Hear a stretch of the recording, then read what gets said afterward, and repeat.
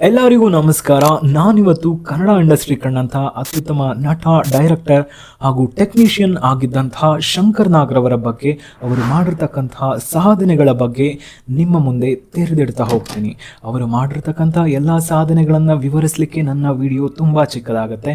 ಹಾಗಾಗಿ ಅವರು ಮಾಡಿರ್ತಕ್ಕಂಥ ಸಾಧನೆಗಳಲ್ಲಿ ಕೆಲವೊಂದು ಬಹು ಮುಖ್ಯವಾದ ಸಾಧನೆಗಳನ್ನು ಮಾತ್ರ ನಾನಿವತ್ತು ನಿಮಗೆ ತಿಳಿಸ್ತಾ ಹೋಗ್ತೀನಿ. ಈ ಮನುಷ್ಯ ಏನಾದರೂ ಸಾಧನೆ ಮಾಡಲೇಬೇಕು ಎಂಬ ಹಠವನ್ನು ಹೊಂದಿದ್ದ ಮನುಷ್ಯ. ಪಾದರಸದ ಹಾಗೆ ಒಂದು ಕೆಲಸ ಮುಗಿದ ತಕ್ಷಣ ಇನ್ನೊಂದು ಕೆಲಸಕ್ಕೆ ಜಂಪ್ ಆಗ್ತಿದ್ದಂತಹ ಮನುಷ್ಯ. ಯಾವತ್ತೂ ತಮ್ಮ ಮೈಂಡ್ನ ಖಾಲಿ ಬಿಡ್ತಾ ಇರಲಿಲ್ವಂತೆ. ಇವರ ಆಲೋಚನೆಗಳು ಬರೀ ಸಿನಿಮಾ ರಂಗಕ್ಕೆ ಸೀಮಿತವಾಗಿ ಇಲ್ಲದೆ ಕರ್ನಾಟಕದ ಬಡ ಜನರ ಉದ್ಧಾರಕ್ಕಾಗಿಯೂ ಇವರ ಆಲೋಚನೆಗಳು.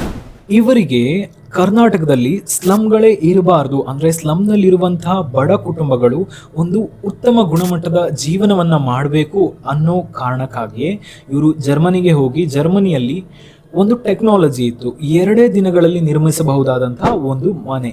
ಹಾಗೆ ಅದಕ್ಕೆ ಖರ್ಚಾಗ್ತಾ ಇದ್ದಿದ್ದು ಕೂಡ ತುಂಬ ಕಡಿಮೆ ಹಣ, ಅಂದರೆ 15,000ವರೆಗೂ. ಆ ಹಣದಿಂದ 2 ದಿನಗಳಲ್ಲಿ ನಿರ್ಮಿಸಬಹುದಾದಂಥ ಒಂದು ಮನೆ, ಅದು ಒಂದು ಸ್ಥಳದಿಂದ ಇನ್ನೊಂದು ಸ್ಥಳಕ್ಕೆ ಕೂಡ ರವಾನೆ ಮಾಡಬಹುದಾಗಿತ್ತು. ಅಂಥದ್ದೊಂದು ಮನೆಯನ್ನ ನಿರ್ಮಿಸಿ ಇಂಥ ಬಡ ಕುಟುಂಬಗಳಿಗೆ ನೀಡಬೇಕು ಅನ್ನೋದು ಅವರ ಕನಸಾಗಿತ್ತು. ಹಾಗೆಯೇ ಇದೇ ಕನಸನ್ನ ನನಸು ಮಾಡಲಿಕ್ಕೋಸ್ಕರ ಗವರ್ನಮೆಂಟ್ಗೆ ಅರ್ಜಿ ಕೂಡ ಸಲ್ಲಿಸಿದ್ರಂತೆ. 10,000ವರೆಗೂ ಸಬ್ಸಿಡಿಯನ್ನ ಎಲ್ಲ ಸ್ಲಮ್ನಲ್ಲಿರುವ ಬಡ ಕುಟುಂಬಗಳಿಗೆ ನೀಡಬೇಕು ಅನ್ನೋ. ನಂದಿ ಹಿಲ್ಸ್ಗೆ ರೋಪ್ ವೇ ಮಾಡಬೇಕು ಅನ್ನೋ ಐಡಿಯಾ ಇಟ್ಕೊಂಡು ಅಂದಿನ ಕಾಲದ ಮುಖ್ಯಮಂತ್ರಿ ಆಗಿದ್ದಂತಹ ರಾಮಕೃಷ್ಣ ಹೆಗಡೆಯವರಿಗೆ ಒಂದು ಅರ್ಜಿ ಕೂಡ ಸಲ್ಲಿಸಿದ್ರಂತೆ. ಅವರು ಹುಟ್ಟಿ ಬದುಕಿದ್ದು ಕೇವಲ 35 ವರ್ಷ, ಹಾಗೂ ಅವರು ಚಿತ್ರರಂಗಕ್ಕೆ ಬಂದು ಕೇವಲ 12 ವರ್ಷಗಳು ಮಾತ್ರ ಕಳೆದಿತ್ತು. ಅದೇ 12 ವರ್ಷಗಳಲ್ಲಿ ಅವರು 90ರಿಂದ 95 ಚಿತ್ರಗಳಲ್ಲಿ ಅವರು ನಟನೆ ಮಾಡಿದ್ದಾರೆ. 12ರಿಂದ 13 ಚಿತ್ರಗಳಿಗೆ ತಮ್ಮದೇ ಆದಂತಹ ನಿರ್ದೇಶನವನ್ನ ನೀಡಿದ್ದಾರೆ. ಹಾಗೆಯೇ ಮಾಲ್ಗುಡಿ ಡೇಸ್ ನಂತಹ 35 ಎಪಿಸೋಡ್ಗಳನ್ನು ಹೊಂದಿರುವ ಮೆಗಾ ಸೀರಿಯಲ್ಗೆ ಅವರೇ ಡೈರೆಕ್ಷನ್ ಕೂಡ ಮಾಡಿದ್ದಾರೆ. ಹಾಗೆ ಇವ್ರದೊಂದು ರೆಕಾರ್ಡ್ ಅಂತಾನೆ ಹೇಳ್ಬೋದು. ಅಂದ್ರೆ ಆಗಿನ ಕಾಲದಲ್ಲಿ ಇಂಡಿಯನ್ ಇಂಡಸ್ಟ್ರಿಯಲ್ಲಿ ಯಾವ ಭಾಷೆಯ ಚಿತ್ರಗಳು ಕೂಡ ಅಂಡರ್ ವಾಟರ್ ಶೂಟಿಂಗ್ ಅನ್ನ ಮಾಡಿರಲಿಲ್ಲ. ಇವರ ಡೈರೆಕ್ಷನ್ ಅಲ್ಲಿ ಬಂದಂತಹ ಒಂದು ಮುತ್ತಿನ ಕತೆ ಚಿತ್ರದಲ್ಲಿ ಡಾಕ್ಟರ್ ರಾಜ್ಕುಮಾರ್ ಅವರನ್ನ ಇಟ್ಕೊಂಡು ಅಂಡರ್ ವಾಟರ್ ಶೂಟಿಂಗ್, ಅದು ವಿತೌಟ್ ಆಕ್ಸಿಜನ್ ಮಾಡಿದ್ದಾರೆ. ಅದು ಇವರ ಒಂದು ಸಾಧನೆಯ ಪಟ್ಟಿಗೆ ಸೇರ್ತಕ್ಕಂತಹ ವಿಷಯ. ಇವರು ಎಂಥ ಒಬ್ಬ ಅತ್ಯುತ್ತಮ ನಟ ಅನ್ಸ್ಕೊಳ್ಳಿಕ್ಕೆ ಇವರ ಮೊದಲನೇ ಚಿತ್ರವೇ ಸಾಕ್ಷಿ. ಇವರ ಮೊದಲನೇ ಚಿತ್ರವಾದಂತಹ ಒಂದಾನೊಂದು ಕಾಲದಲ್ಲಿ ಚಿತ್ರಕ್ಕೆ ಇವರಿಗೆ ಬೆಸ್ಟ್ ಆಕ್ಟರ್ ಕ್ಯಾಟಗರಿಯಲ್ಲಿ ನ್ಯಾಷನಲ್ ಫಿಲ್ಮ್ ಅವಾರ್ಡ್ ಕೂಡ ಸಿಕ್ಕಿತ್ತು. ಮೋಸ್ಟ್ಲಿ ಈ ಮನುಷ್ಯ ಈಗಲೂ ಏನಾದರೂ ಬದುಕಿದ್ದಿದ್ರೆ ಕನ್ನಡದಲ್ಲಿ ಹೊಸ ಟೆಕ್ನಾಲಜಿಗಳನ್ನು ತರ್ತಿದ್ರು ಅನಿಸುತ್ತೆ.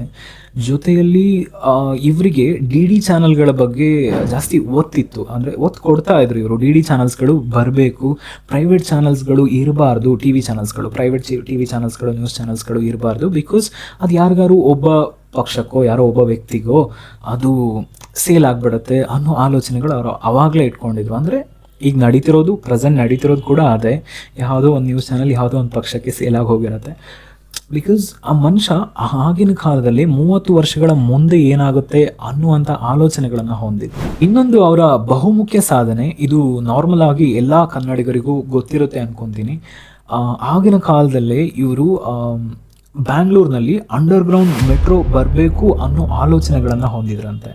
ಅದಕ್ಕೋಸ್ಕರನೇ ಅವರ ಸ್ವಂತ ದುಡ್ಡು 9 ಲಕ್ಷಗಳನ್ನು ಖರ್ಚು ಮಾಡಿಕೊಂಡು ಇಲ್ಲಿಯ ಜಿಯೋಲಾಜಿಕಲ್ ಸರ್ವೆ ಮಾಡಿಬಿಟ್ಟು ಎಲ್ಲಿ ಕಲ್ಲುಗಳು ಜಾಸ್ತಿ ಸಿಗುತ್ತೆ, ಎಲ್ಲಿ ಟರ್ನಲ್ ಅಂದರೆ ಸುರಂಗ ಮಾರ್ಗಗಳನ್ನು ತೋಡಿದರೆ ಸುಲಭವಾಗುತ್ತೆ ಅನ್ನುವಂಥ ಸರ್ವೆ ಕೂಡ ಮಾಡಿದ್ರು.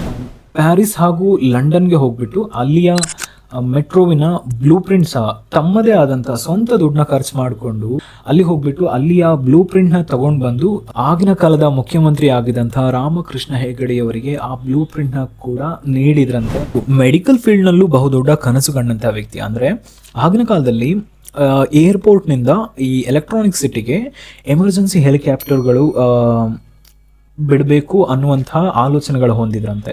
ಅದು ಈಗಲೂ ಸಾಧ್ಯವಾಗಿಲ್ಲ. ಯಾವುದೇ ಸಾಮಾನ್ಯ ಮನುಷ್ಯಂಗೆ ಏನೇ ಆದರೂ ಕೂಡ ಅದೇ ಆ್ಯಂಬುಲೆನ್ಸ್ನಲ್ಲಿ, ಅದೇ ಟ್ರಾಫಿಕ್ನಲ್ಲೇ ಹಾರ್ನ್ ಹೊಡ್ಕೊಂಡು ನುಗ್ಕೊಂಡು ಅಲ್ಲಿಂದನೇ ಹೋಗಬೇಕಷ್ಟೇ, ಬೇರೆ ಯಾವ ದಾರಿಗಳು ಕೂಡ ಇಲ್ಲ. ಈ ಥರ್ಮಲ್ ಪವರ್ ಪ್ಲ್ಯಾಂಟ್ಗಳಿಂದ ಬಿಡುಗಡೆ ಆಗ್ತಿದ್ದಂತಹ ಫ್ಲೈ ಆ್ಯಶ್ಗಳನ್ನು ಉಪಯೋಗಿಸ್ಕೊಂಡು ಇಟ್ಟಿಗೆಗಳನ್ನು ತಯಾರಿಸಿ ಕಡಿಮೆ ಬೆಲೆಗೆ ಆ ಇಟ್ಟಿಗೆಗಳನ್ನು ಬಡ ಕುಟುಂಬಗಳಿಗೆ ನೀಡಬೇಕು. ಬಡವರು ಎಲ್ಲರೂ ಸಹ ಮನೆಯನ್ನ ಕಟ್ಟಬೇಕು ಅನ್ನುವಂಥ ಕನಸು ಹೊಂದಿದ್ದವರು ಇವರು. ಇವರು ಎಂಥ ಪ್ರಾಮಾಣಿಕ ವ್ಯಕ್ತಿ ಅಂತ ಹೇಳಲಿಕ್ಕೆ ಒಂದು ಉದಾಹರಣೆ ಏನು ಅಂತ ಹೇಳಿದ್ರೆ, ಆಗಿನ ಕಾಲದ ಮುಖ್ಯಮಂತ್ರಿ ಆಗಿದಂಥ ರಾಮಕೃಷ್ಣ ಹೆಗಡೆಯವರು ಇವರಿಗೆ ಎಲೆಕ್ಷನ್ ಕ್ಯಾಂಪೇನ್ಗೆ ಅಂದ್ಬಿಟ್ಟು ಒಂದಿಷ್ಟು ಹಣವನ್ನು ನೀಡಿದ್ರಂತೆ. ಇವರು ಎಲೆಕ್ಷನ್ ಕ್ಯಾಂಪೇನ್ಗೆ ಎಷ್ಟು ಹಣ ಬೇಕೋ ಅಷ್ಟನ್ನು ಮಾತ್ರ ಖರ್ಚು ಮಾಡಿಕೊಂಡು ಉಳಿದಿರ್ತಕ್ಕಂಥ ಹಣವನ್ನು ರಾಮಕೃಷ್ಣ ಹೆಗಡೆ ಅವರಿಗೆ ಹಿಂದಿರುಗಿಸಿರಂತೆ. ಅಂದರೆ ಎಷ್ಟು ಪ್ರಾಮಾಣಿಕ ವ್ಯಕ್ತಿ ಅಂದರೆ, ಈಗ ಯಾರಾದರೂ ಕೂಡ, ನಾವೇ ಆದರೂ ಕೂಡ ಯಾವುದೇ ರಾಜಕೀಯ ವ್ಯಕ್ತಿಯಿಂದ ನಮಗೇನಾದರೂ ಹಣ ಬಂದರೆ ಎಲೆಕ್ಷನ್ ಕ್ಯಾಂಪೇನ್ಗೆ ಖರ್ಚು ಮಾಡುವಂತ ಕೊಟ್ಟರೆ ನಾವು ಯಾರು ಹಿಂದೆ ಕೊಡ್ತೀವ? ಇಲ್ಲ ಅಲ್ವಾ? ಅಷ್ಟೊಂದು ರೂಲ್ಸ್ ಆ್ಯಂಡ್ ರೆಗ್ಯುಲೇಷನ್ಸ್ನ ಹೊಂದಿದ್ದಂಥ ಮನುಷ್ಯ ಶಂಕರ್ ನಾಗರ್ ಅವರು. ಇಷ್ಟೆಲ್ಲ ಆಸೆ ಆಕಾಂಕ್ಷೆಗಳನ್ನು ಹೊಂದಿದ್ದಂತಹ ಮನುಷ್ಯ ನಮ್ಮ ಜೊತೆ ಇದ್ದಿದ್ದು ಕೇವಲ 35 ವರ್ಷಗಳು ಮಾತ್ರ. 1990 ಸೆಪ್ಟೆಂಬರ್ 30ರಂದು ಇವರು ಜೋಕುಮಾರ ಸ್ವಾಮಿ ಎಂಬ ಚಿತ್ರದ ಮುಹೂರ್ತಕ್ಕಾಗಿ ದಾವಣಗೆರೆಗೆ ಹೋಗಬೇಕಾದಂತಹ ಸಂದರ್ಭ ಬಂದಾಗ ರಾತ್ರೋರಾತ್ರಿ ತಡರಾತ್ರಿ 1 ಗಂಟೆಗೆ ಇವರು, ಇವರ ಡ್ರೈವರ್, ಇವರ ಹೆಂಡತಿ ಹಾಗೂ ಇವರ ಮಗು ಕಾರ್ನಲ್ಲಿ ಹೋಗುವಾಗ ದಾವಣಗೆರೆ ಹೋಗುವ ದಾರಿಯಲ್ಲೇ ಇವರಿಗೆ ರಸ್ತೆ ಅಪಘಾತದಲ್ಲಿ ಇವರು ಸಾವನ್ನಪ್ತಾರೆ. ಹಾಗೂ ಇವರ ಡ್ರೈವರ್ ಇಬ್ಬರು ಸಾವನ್ನಪ್ತಾರೆ. ಅದರಲ್ಲಿ ಬದುಕುಳಿದವರು ಅವರ ಹೆಂಡತಿ ಹಾಗೂ ಅವರ ಮಗು ಅಷ್ಟೇ. ಕರ್ನಾಟಕದ ಉದ್ಧಾರಕ್ಕಾಗಿ, ಬಡ ಜನರ ಉದ್ಧಾರಕ್ಕಾಗಿ ಕನಸು ಕಂಡಿರ್ತಕ್ಕಂಥ ಈ ಮನುಷ್ಯನ ಹೆಸರಲ್ಲಿ ಒಂದೇ ಒಂದು ಮೆಟ್ರೋ ಸ್ಟೇಷನ್ಗೆ ನೇಮ್ ಇಲ್ಲ. ಇದು ಸಾಮಾನ್ಯವಾಗಿ ಎಲ್ಲರೂ ಮಾತಾಡುವಂಥ ವಿಷಯನೇ, ಬಟ್ ಇದು ಸರ್ಕಾರದ ವೈಫಲ್ಯತೆ ಅಂತ ಎದ್ದು ಕಾಣಿಸುತ್ತೆ. ನಿಮಗೇನಾದರೂ ಶಂಕರ್ ನಾಗರ್ ಅವರ ಬಗ್ಗೆ ಇನ್ನೂ ಹೆಚ್ಚಿನ ವಿಷಯಗಳನ್ನು ತಿಳ್ಕೊಳ್ಳೋ ಆಸಕ್ತಿ ಇದ್ದರೆ ದಯವಿಟ್ಟು ಚಿಕ್ಕದಾಗಿ ಒಂದು ಕಾಮೆಂಟ್ ಮಾಡಿ ಹಾಗೂ ಲೈಕ್ ಕೂಡ ಮಾಡಿ. ನನ್ನ ಚಾನಲ್ಗೆ ಸಬ್ಸ್ಕ್ರೈಬ್ ಮಾಡಿ, ಸಪೋರ್ಟ್ ಮಾಡಿ. ಇನ್ನೂ ಹೆಚ್ಚಿನ ಇದೇ ರೀತಿಯ ಕಂಟೆಂಟ್ಗಳು ನಿಮಗೆ ನೋಡಲಿಕ್ಕೆ ಸಿಗ್ತಾನೆ ಇರುತ್ತೆ. ದಯವಿಟ್ಟು ಸಪೋರ್ಟ್ ಮಾಡಿ.